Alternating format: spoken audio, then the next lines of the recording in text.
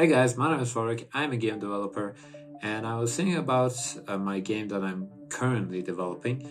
And I was thinking, what's the hook for this game? What is the hook, you ask? As gamers, we all have that one thing that keeps us coming back to a game, whether it's a favorite character, a unique mechanic, or just a really good story. Those things are called hooks. And I'm not here to tell you that a good game requires a good hook. That's already a given.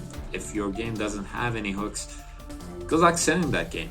I'm here to tell you how hook delivery is important. You know, how you market it, how you develop it, how you implement it, or in a certain case, just completely remove it from the game. Not completely. DMC5 is one of the greatest games of recent years, if not the greatest, and it was praised by critics and fans alike. And I also love the game, the graphics, the gameplay from what I've seen, the twists, the story, the characters, and all that, but I don't want to play it. You see, let me give you the context for why it is the way it is. I have been a huge fan for DMC series for years, and when I heard about the new game, the DMC5, I was beyond excited to play it. And my entry for DMC was DMC4.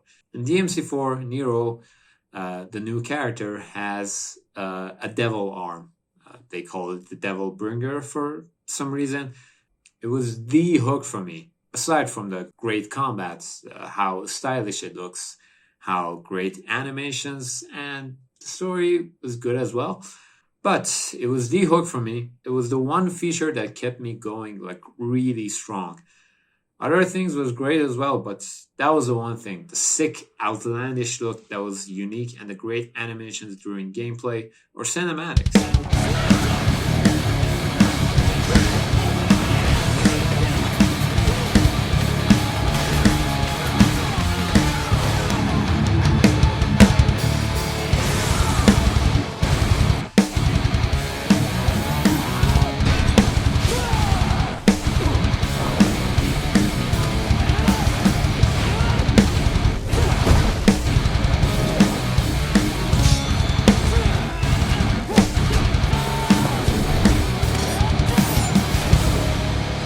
Aside from that, it helped drive the game forward, and it shows and develops Nero's character by showing his inferiority complex and his pursuit of power. And Nero's story arc ends with him finally accepting the arm after hiding it for so long and use it for good.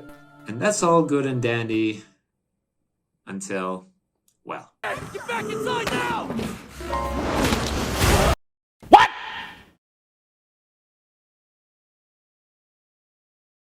What the fuck? Yep, it was removed and it was replaced by the likes of certain toys that you buy from certain shops that satisfies certain needs.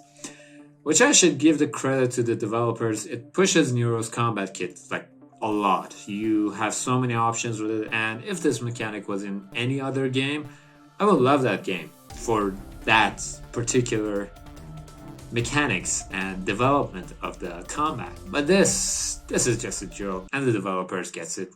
And from that point onwards, I kept an eye out for if anyone on the internet has similar feelings. I didn't found anything specifically, but I found that similar feeling or desire through a mod. It replaces Virgil's arm for Nero. It looks kind of janky, to be honest, but I would play the game with that mod if I get the time. Next, let's talk about Prince of Persia: Warrior Within. This game introduces a new, more brutal version of the prince, and it's definitely a hook that draws some players in, but also pushes some players out. Because the prince in the last game, The Sands of Time, was very lighthearted and not really mature enough. The game also felt more lighthearted, not like this game, which is dark throughout the entire game. The environment is dark and haunting. The soundtrack is heavy metal, which supports in some way the dark feelings, and women wear women are half naked. Whenever there's a shift in the story and the themes, there should be an explanation. The story writers know this. You can't have just one thing happen in the way that the writer wants. It has to be earned throughout the story in a natural way. And the game is already there at the end points. It supports the callous and brutal and cynical and violent prince. But the explanation is... Let me tell you the explanation first and we talk about what happened. After the events of the first game, the prince is determined to prove to his mentor Darius and his father that he is worthy of becoming a worthy heir and warrior. However, during a conversation between the prince and Darius, the Haka emerges. The Haka is the guardian of time that's hunting the prince for triggering the grand rewind in the first game. And the Haka's mission is to kill the prince. Darius throws the prince out of the way and is killed by the Haka.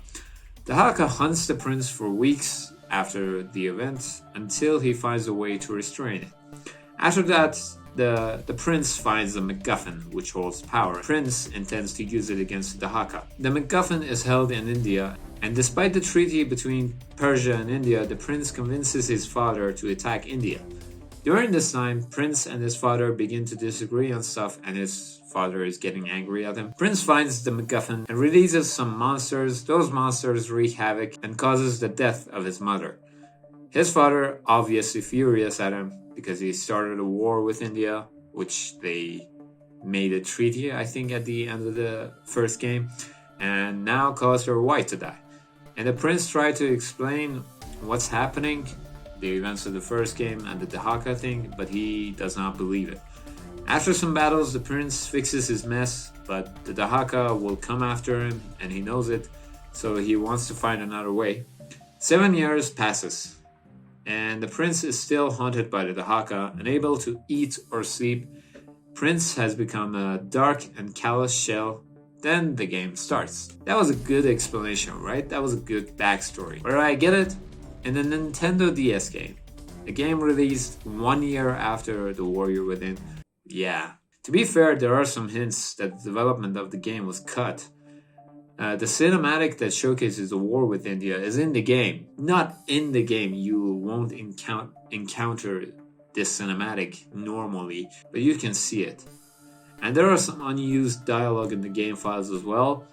But come on, I think if this was in the game through flashbacks or any other way, even the weakest one, expository dialogue, at least it would not tear the fan base this much, I think. Although that's alternate universe that we can't really prove if this would happen or not, but I bet on it. Finally, let's talk about something a little different.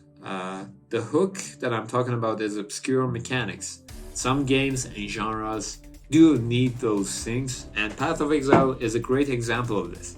The game has an incredibly wide talent tree. With a huge variety of skills and passive skills, this can be overwhelming for new players. What the fuck? What is happening? Holy shit. But once you get into it, it becomes a hook in and out of itself that keeps you engaged for hours or even years.